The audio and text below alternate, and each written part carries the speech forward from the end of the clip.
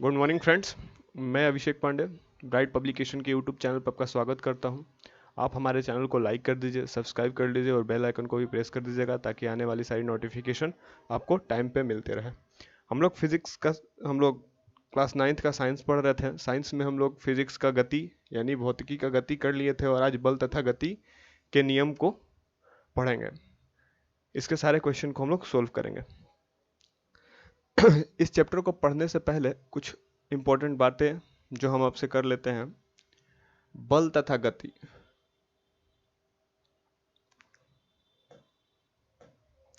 बल तथा गति।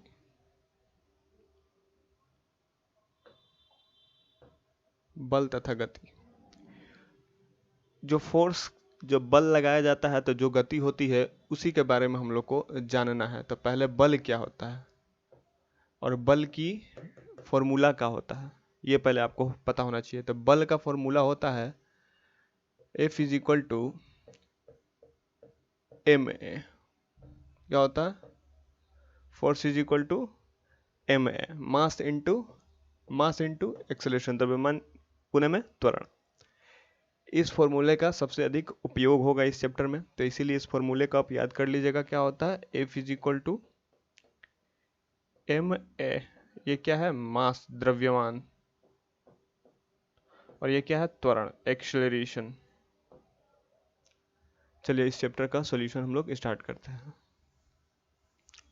तो सबसे पहला क्वेश्चन बोलता है हमारा कि न्यूटन किसका मात्रक है। तो न्यूटन किसका मात्रक है? शायद आप जानते ही होंगे न्यूटन किसका मात्रक है। बल का, कार्य का, त्वरण का, वेग का। तो इसका राइट आंसर क्या हो जाएगा? बल का। क्या हो जाएगा? बल का। न्यूटन किसका मात्रक है? बल का। हम लोग कोई भी बल लगाते हैं तो उसको किस में मापा जाता है? उसको न्यूटन में मापा जाता है। उसका एसआई यूनिट क्या है? न्यूटन है। क्या है? न्यूटन है। एसआई यूनिट न्यूटन है। और कार्य का, कार्य का आप जानते ही होंगे। कार्य का होता है जूल। क्या होता है? जूल। त्वरण का इसके पहले वाले चैप्टर गति में ही हमने जाना था। क्या होता है? मास मीटर पर सेकंड स्क्वायर। मीटर पर सेकंड स्क्वायर। और वेग का क्या होता है? मीटर पर सेकंड। तो चारों को आपको पता चल गया। लेकिन क्वेश्चन हमारा बोलता है कि न्यूटन किसका मात्रक है, तो वो बल का मात्रक है। न्यूटन किसका मात्रक है? तो बल का मात्रक है।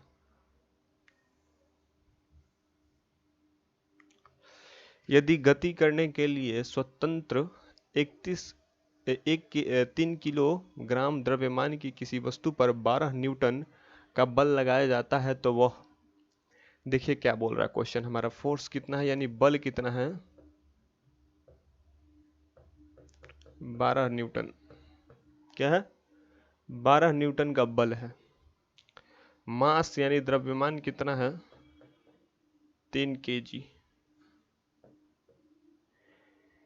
आपको पता होगा कि बल का फॉर्मूला क्या होता है। बल का फॉर्मूला होता है बल is equal to mass into acceleration, द्रव्यमान गुणे त्वरण। तो मेरा बल दिया हुआ है 12 न्यूटन का, मास दिया हुआ 3 किलो का, एक्सेलरेशन ही निकल जाएगा ये इधर मल्टीप्लाई में, उधर जाकर डिवाइड में। तो ए इज इक्वल टू 12/3, 4। एक्सेलरेशन क्या आ जाएगा? 4 मीटर पर सेकंड स्क्वायर। तो ऑप्शन देख लीजिए क्या है कि 4 मीटर पर सेकंड की चाल से गति करेगा। चाल तो होगा ही नहीं, त्वरण होगा, स्पीड तो हो नहीं सकता। बी ऑप्शन बोलता है कि 4 किलोमीटर की चाल से गति करेगा। 4 किलोमीटर पर सेकंड की चाल से गति करेगा, ये भी गलत है। चाल तो आएगा ही नहीं, तो इसको भी काटिए, इसको भी काटिए। सी नंबर हमारा ऑप्शन बोलता है कि 36 मीटर पर सेकंड की त्वरण से गति करेगा। कितना? 36 मीटर पर सेकंड के त्वरण से गति करेगा। लेकिन हमारा आंसर कितना आया था? 4 मीटर पर सेकंड। तो इसका राइट आंसर डी हो जाएगा। 4 मीटर पर सेकंड त्वरण से गति करेगा। इसका आंसर क्या हो जाएगा? 4 मीटर पर सेकंड स्क्वायर। चलिए आप लोग बल यानी फोर्स का फॉर्मूला को याद कर लीजिएगा। कितना होता है? बल गुने में त्वरण, मास इंटू त्वरण।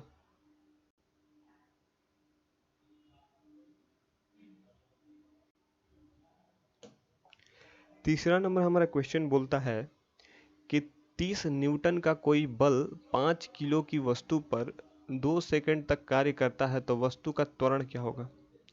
क्वेश्चन बोल रहा, क्वेश्चन में हमारा क्या क्या दिया हुआ है, फोर्स यानी बल दिया हुआ है कितना, 30 न्यूटन का, कितना 30 न्यूटन का, मास दिया हुआ है 5 केजी, और टाइम समय दिया हुआ है 2 सेकंड। आप जानते होंगे कि तक कार्य करता है तो वस्तु का त्वरण क्या होगा, हमारा त्वरण मांग रहा, हमसे क्या मांग रहा, त्वरण। तो आप जानते होंगे कि बल की फॉर्मूला क्या होता है, बल का फॉर्मूला होता है द्रव्यमान गुणे में त्वरण। क्या होता है, द्रव्यमान गुणे में त्वरण। Force is equal to mass into acceleration. Force है 30 न्यूटन, फोर्स की जगह पर 30 लिखेंगे, मास है हमारा 5 केजी, तो 5 की जगह पर मास लिखेंगे। एक्सेलरेशन यहाँ पर है, एक्सेलरेशन की जगह पर एक्सेलरेशन यानी त्वरण को त्वरण की जगह पर रख देंगे। ये इधर मल्टीप्लाई में, उधर जाकर क्या हो जाएगा, डिवाइड में, तो ये इससे कटेगा 6 बार में। एक्सेलरेशन क्या हो जाएगा, 6 मीटर पर सेकंड स्क्वायर हो जाएगा। तो कहीं आपका 6 मीटर पर सेकंड स्क्वायर दिया हुआ है तो डी इसका राइट आंसर हो जाएगा, 6 मीटर पर सेकंड स्क्वायर। अगर किस 30 न्यूटन का बल लगता है, 30 न्यूटन का बल लगता है किसी 5 किलोग्राम वस्तु पर, तो कितने से त्वरण करेगी, वो कितने से त्वरण करेगी, ये कैसे निकलेगा। अब बल के फॉर्मूला को लिखिएगा, बल के फोर्स की जगह यानी बल के जगह पर आप बल रखिएगा, मास के जगह पर मास रखिएगा, और एक्सेलरेशन निकाल लीजिएगा। आप क्या करिएगा, ये बहुत आसान तरीका है, ये सारे बहुत बेसिक मैथमेटिक्स है, ये सबको आती हुई होगी, ये क्लास 2-3 की बात है।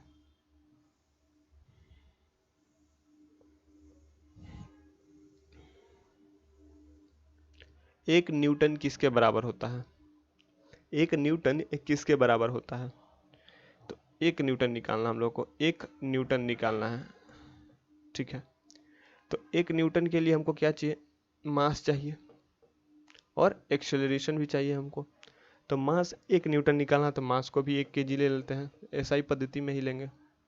एक्सेलरेशन को भी 1 मीटर पर सेकंड स्क्वायर ले लेते हैं। तो इसका राइट आंसर क्या हो जाएगा, force is equal to 1 KG गुणे में 1 मीटर पर सेकंड स्क्वायर। तो इसका आ जाएगा 1 केजी मीटर पर सेकंड स्क्वायर। राइट आंसर इसका हो जाएगा पर सेकंड स्क्वायर, 1 केजी मीटर पर सेकंड स्क्वायर। इसका राइट आंसर ए हो जाएगा, उत्तर ए हो जाएगा। क्या हो जाएगा, 1 केजी मीटर पर सेकंड स्क्वायर।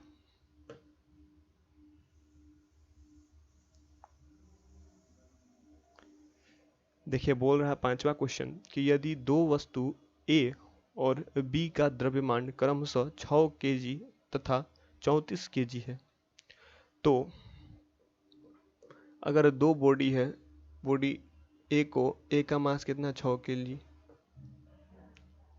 बॉडी 2 का मास कितना है, 34 केजी, तो इससे क्या होगा। तो क्वेश्चन बोल रहा है कि ए का जड़त्व बी के जड़त्व से अधिक होगा, बी का जड़त्व ए के जड़त्व से अधिक होगा, ए का जड़त्व और बी का जड़त्व के बराबर होगा, ए तथा बी का जड़त्व शून्य होगा। इसका राइट आंसर क्या हो जाएगा, आप जान जाइए कि जड़त्व जो है गैलीलियो द्वारा प्रतिपादित नियम था, ये डायरेक्टली प्रोपोर्शनल होता है मास पे, जिसका जितना मास होगा उतना अधिक जड़त्व का होगा। तो इसका राइट आंसर हो जाएगा बी का जड़त्व ए के जड़त्व से अधिक होगा, क्योंकि बी का मास 34 केजी है और ए का मास 6 केजी है। जो जड़त्व मास पे यानी द्रव्यमान पे डिपेंड करता है, निर्भर करता है, तो जिसका जितना अधिक द्रव्यमान होगा उसका जड़त्व भी उतना ही अधिक होगा। तो इसका राइट आंसर क्या हो जाएगा, बी इसका हो जाएगा बी का जड़त्व ए की जड़त्व से अधिक होगा, बी की जड़त्व ए की जड़त्व से अधिक होगा। जड़त्व का गुण है, जड़त्व का गुण है, 6ठा नंबर क्वेश्चन हमारा क्या बोल रहा है, जड़त्व का गुण है किसी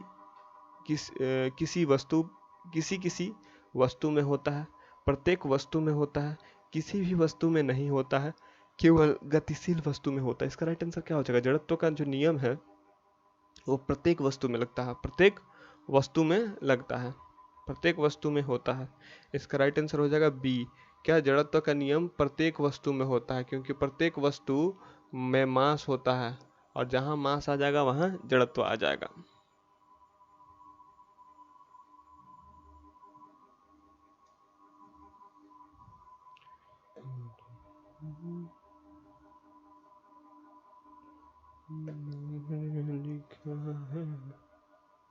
सातवां नंबर बोलता है क्वेश्चन कि जब किसी वस्तु की गति त्वरित होती है तो क्या होगा? जब किसी वस्तु में त्वरण होता है तो क्या होगा? जब भी किसी वस्तु में त्वरण होगा तो ये आप हमेशा समझ के रखिए कि उसमें हमेशा क्या हो जाएगा? बल लगेगा। जब भी त्वरण होगा, किसी भी वस्तु में त्वरण होगा तो बल लगेगा ही लगेगा। बल के बिना त्वरण आ ही नहीं सकता है। जब तक आप किसी वस्तु को बल नहीं दीजिएगा तब तक वो मूवमेंट यानी मोशन नहीं करेगी, गति नहीं करेगी। और जहां आप बल लगाएगा वहां त्वरण आ जाएगा। तो इसका होगा उसकी चाल में हमेशा वृद्धि होगी, उसकी वेग में हमेशा वृद्धि होगी, वो हमेशा पृथ्वी की ओर गिरती रहेगी, उस पर हमेशा कोई बल कार्य करता है। इसका राइट आंसर डी हो जाएगा, उस पर हमेशा कोई बल कार्य करता है। उस पर हमेशा, ये आप याद कर लीजिए, F is equal to M A. F क्या है? Directly proportional to A. क्या है? डायरेक्टली प्रोपोर्शनल टू ए है। अगर यहाँ ए आएगा तो एफ भी आएगा, और जहाँ एफ आता है वहाँ ए भी आता है। कंफर्म है कि जब तक आप बल नहीं लगाइएगा तब तक कोई वस्तु में त्वरण नहीं आएगा।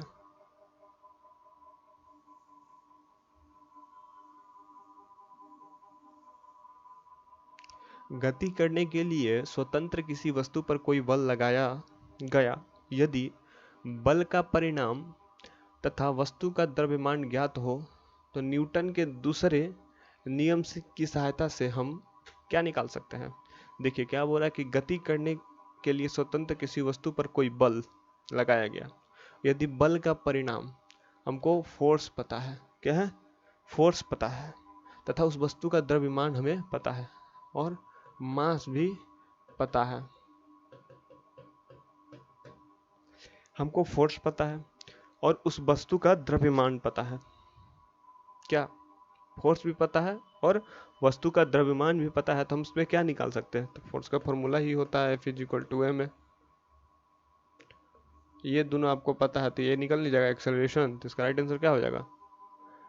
इसका राइट आंसर हो जाएगा, वस्तु पर भार ज्ञात कर सकते हैं, भार तो दिया हुआ, वस्तु की चाल ज्ञात कर सकते हैं।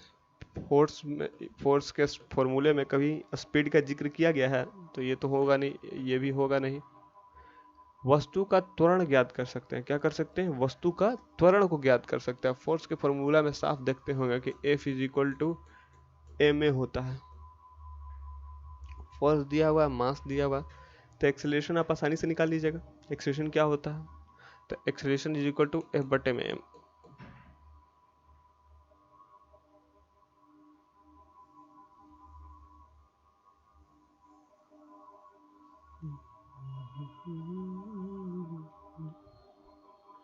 आठवां नंबर वाला क्वेश्चन पढ़ता है, कहता है कि गति करने के लिए स्वतंत्र, अच्छा 8वां नंबर हो गया हमारा। 9वां नंबर कहता है कि यदि गति करने के लिए स्वतंत्र 1 केजी द्रव्यमान की किसी वस्तु पर 1 न्यूटन बल लगाया जाए तो वह 1 केजी द्रव्यमान। 9वां नंबर देख लेते हैं क्वेश्चन में क्या बोल रहा है कि 1 केजी मास है किसी वस्तु पर 1 न्यूटन, फोर्स भी कितना लग रहा है? 1 न्यूटन लग रहा है। तो इसमें क्या निकाल सकते हैं हम लोग? देखिए इसके पहले वाले सेम क्वेश्चन हमने किया था, इसके पहले भी ऐसा क्वेश्चन हमने कर लिया है कि 1 न्यूटन बल कितना होता है, 1 न्यूटन बल कितना होता है उसको निकाला था। तो उसमें सेम जो कंडीशन थी, जो जितने भी बल का अथवा त्वरण का वैल्यू हमने पुट किया था, सेम वैल्यू यहाँ भी पुट करना पड़ेगा हमें। तो फोर्स इज इक्वल टू, देख लीजिए, force is equal to M A. क्या होता है? Force is equal to M A. Force है हमारा 1 न्यूटन, एक यहाँ रख देते हैं। मास भी कितना है? 1 केजी है। एक तो एक्सेलरेशन क्या हो जाएगा? एक्सेलरेशन का फॉर्मूला होता है फोर्स बटे में मास। क्या होता है? फोर्स बटे में मास। तो एक्सेलरेशन इज इक्वल टू 1/1, तो एक्सेलरेशन भी 1 आ जाएगा। तो एक्सेलरेशन का यूनिट क्या होता है? 1 मीटर पर सेकंड स्क्वायर। तो यहाँ हो जाएगा 1 मीटर पर सेकेंड स्क्वायर की त्वरण से गति होगी। इसका राइट आंसर सी आएगा। क्या हो जाएगा? एक डी आ जाएगा, सॉरी, 1 मीटर पर सेकेंड स्क्वायर की स्पीड से गति करेगी। ठीक है, देख लीजिए कैसे निकाला गया है। अधिकतर जितने भी अभी तक हमने क्वेश्चन सोल्व किया उसमें केवल इसी फॉर्मूला का यूज हुआ है। क्या हुआ? एक ही फॉर्मूला का यूज हो रहा है, जिसका जो है बल इज इक्वल टू द्रव्यमान गुणे में त्वरण। बल इज इक्वल टू द्रव्यमान गुणे में त्वरण।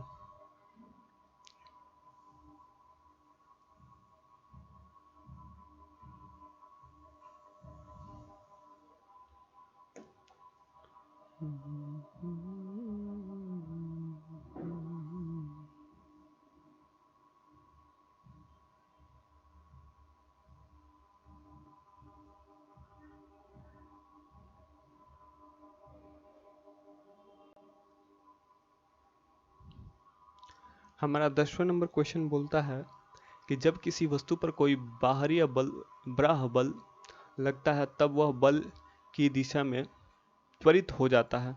इस प्रकार उत्पन्न त्वरण वस्तु, जैसे बाहर से कोई, ये मान लीजिए कि ये कोई वस्तु है,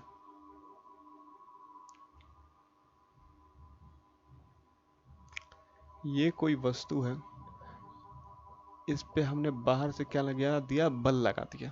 बाहर से क्या लगा दिया? बल लगा दिया।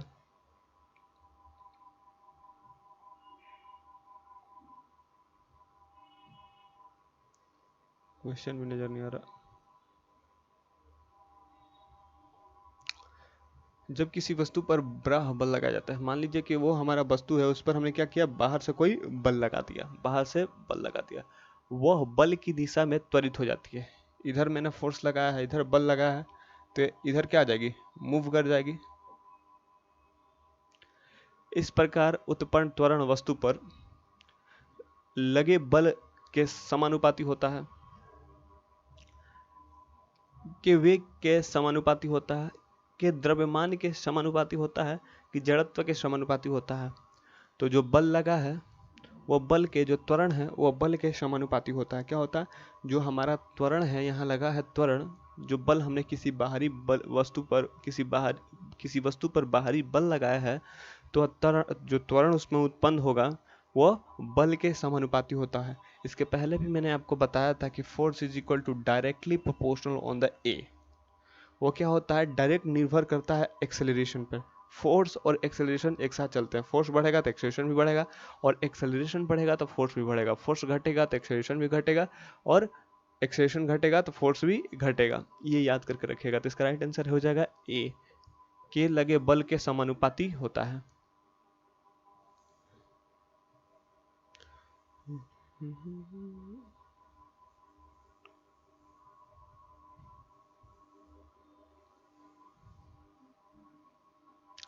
11वां नंबर क्वेश्चन हमारा बोलता है कि किसी संतुलित बल द्वारा किसी पिंड में उत्पन्न त्वरण, किसी संतुलित बल मतलब बैलेंस्ड फोर्स, बल के व्युत्क्रमानुपाती होता है, बल के अनुक्रमानुपाती होता है, बल के प्रभाव से स्वतंत्र होता है, शून्य होता है। देखो, किसी बल पर संतुलित बल लगाया गया है।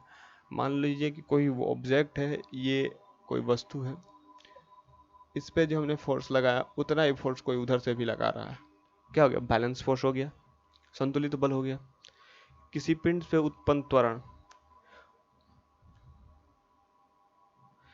तो क्या होगा? बल के व्युत्क्रमानुपाती होगा, अनुक्रमानुपाती होगा, या बल के प्रभाव से स्वतंत्र होगा। जब हमने संतुलित बल लगा दिया, क्या क्या? संतुलित बल लगा दिया। मान लीजिए इधर से हमने 10 न्यूटन का बल लगाया है, और इधर से भी कोई 10 न्यूटन का ही बल लगा रहा होगा, तो क्या ये ऑब्जेक्ट मोशन करेगी, यानी गति करेगी? जब आप समझ जाइएगी कि वस्तु का जो त्वरण होता है, किसी भी ऑब्जेक्ट का त्वरण होता है, वो डायरेक्ट मास पर निर्भर करता है। मास जितना अधिक होगा, जितना अधिक बल होगा, उतना ही त्वरण होगा। तो यहाँ पर जो बल है, दोनों क्या है? बराबर है।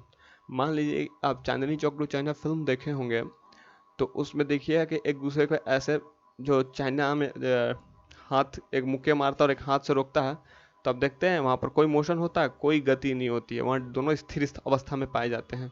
क्या होता है? दोनों स्थिर अवस्था में पाए जाते हैं।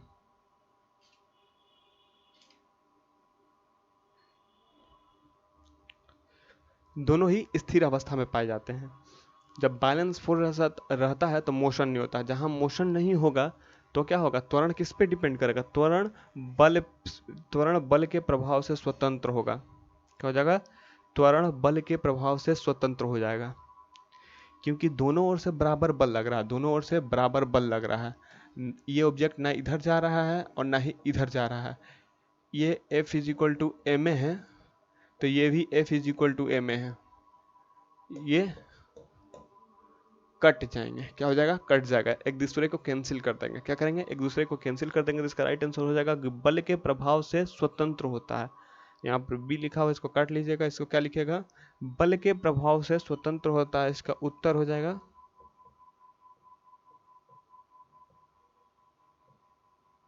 सॉरी उत्तर सी हो जाएगा।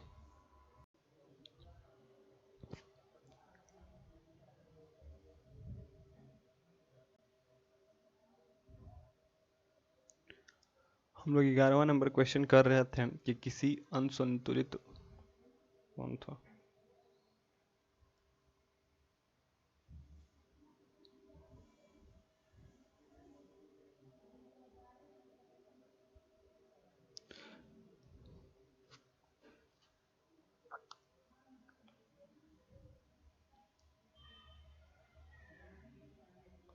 हमारा 11वां नंबर क्वेश्चन था कि मैंने असंतुलित बल को संतुलित थोड़ा पढ़ लिया था। क्या हुआ, असंतुलित को संतुलित पढ़ लिया, इसीलिए हमारा आंसर सी आ रहा था कि बल के प्रभाव से स्वतंत्र होगा। लेकिन असंतुलित बल है, क्या है, असंतुलित बल है। असंतुलित बल कहने का मतलब कि ये हमारा जो बल, इधर से जो बल लगाया जा रहा है, इसका ये बल ज्यादा, ये इसमें मास और एक्सेलरेशन दोनों ज़्यादा है, इधर से जो हम लोग बल लगा रहे हैं वो कम है।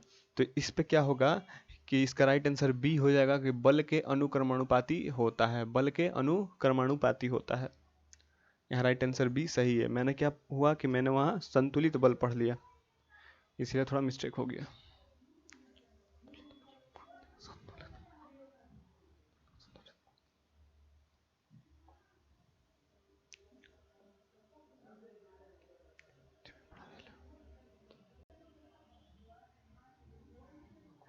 बारहवां नंबर हमारा क्वेश्चन बोलता है कि कोई बल 10 ग्राम द्रव्यमान की वस्तु ए में 8 मीटर पर सेकंड की त्वरण उत्पन्न कराता है, और कोई दूसरा बल, क्या दूसरा बल 20 20 ग्राम द्रव्यमान की वस्तु पर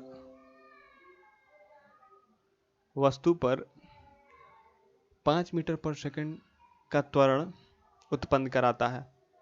इसमें क्या हो जाएगा कि बी की अपेक्षा ए पर बल बड़ा होगा। तो हम लोग पहले दोनों का बल ज्ञात कर लेते हैं, और बल का फॉर्मूला आप जानते ही हैं कि क्या होता है, द्रव्यमान गुणे में त्वरण। क्या होता है, force is equal to mass into acceleration. तो हम लोग पहले दोनों का बल ज्ञात कर लेते हैं, दोनों का बल ज्ञात कर लेते हैं। तो बल क्या फॉर्मूला क्या होता है, F1 लिखेंगे पहले बल के लिए। तो उसका द्रव्यमान 8 है, ग्राम है, और 8 मीटर पर सेकंड और 10 ग्राम है। तो 10 इंटू 8 कितना हो जाएगा, 80 ग्राम मीटर पर सेकंड स्क्वायर। F2 ज्ञात कर लेते हैं, इसमें 20 है मास और एक्सेलरेशन इसका 5 है। इतना कितना आ जाएगा, 100 ग्राम मीटर पर सेकंड स्क्वायर। तो आपको पता चल गया होगा कौन सा बल बड़ा है, F2 बड़ा होगा, यानी दूसरा बल B बड़ा होगा। B का बल FA लिख लेते हैं यहाँ पर, FB लिख देते हैं यहाँ पर, आपको आसानी होगी समझने में। तो B की अपेक्षा में A पर बड़ा बल लगेगा, ये गलत हो जाएगा।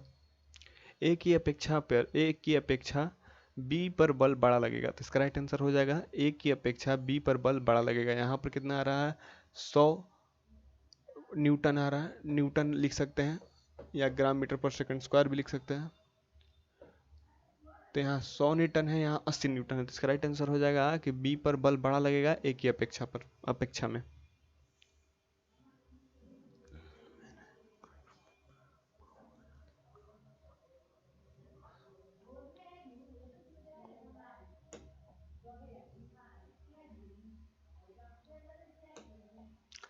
तेरहवां नंबर हमारा क्वेश्चन बोलता है कि जब वस्तु की गति में त्वरण रहता है, जब वस्तु की गति में त्वरण रहता है तो इसकी चाल हमेशा बढ़ती है, इसका वेग हमेशा बढ़ता है, यह हमेशा पृथ्वी की ओर गिरती है, इस पर हमेशा बल कार्य करता है। तो मैंने आपको बताया था कि किसी वस्तु की गति में त्वरण रहता है, जहाँ एक्सेलरेशन आ जाएगा, जहाँ त्वरण आ जाएगा, जहाँ पर एक्सेलरेशन आ जाएगा, वहाँ पर क्या होगा, इस पर हमेशा बल कार्य करेगा, इस पर हमेशा बल कार्य करेगा। इसका राइट आंसर हो जाएगा डी।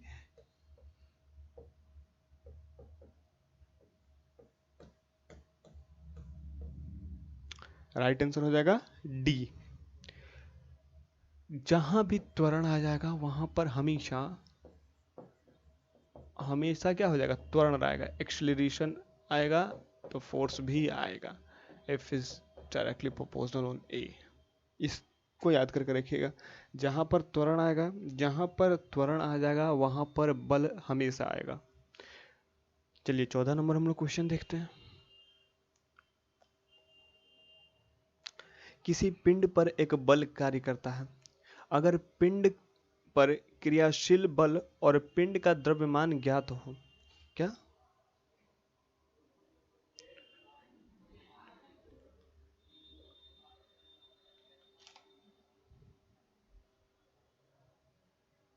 किसी पिंड पर एक बल कार्य कर रहा हो, मान लीजिए कि ये ऑब्जेक्ट है, पिंड है, इस पर कोई बल कार्य कर रहा है, मान लीजिए यहाँ पर फोर्स लगा हुआ है कोई।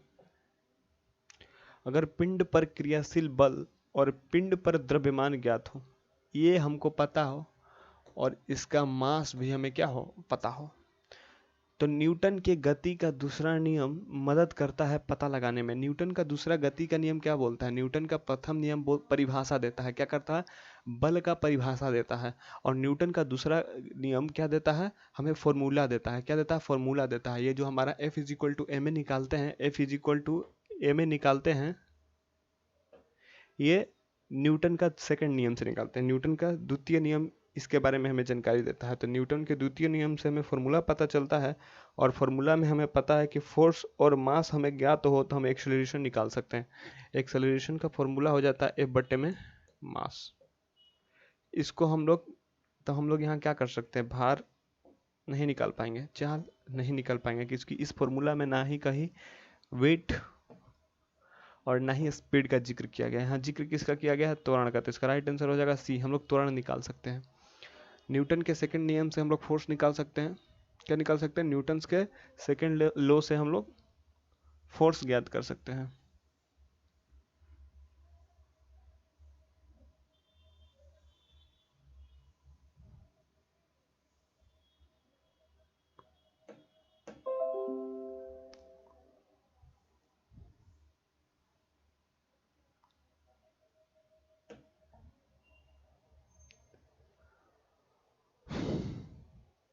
बैटरी चार्ज खत्म हो गया।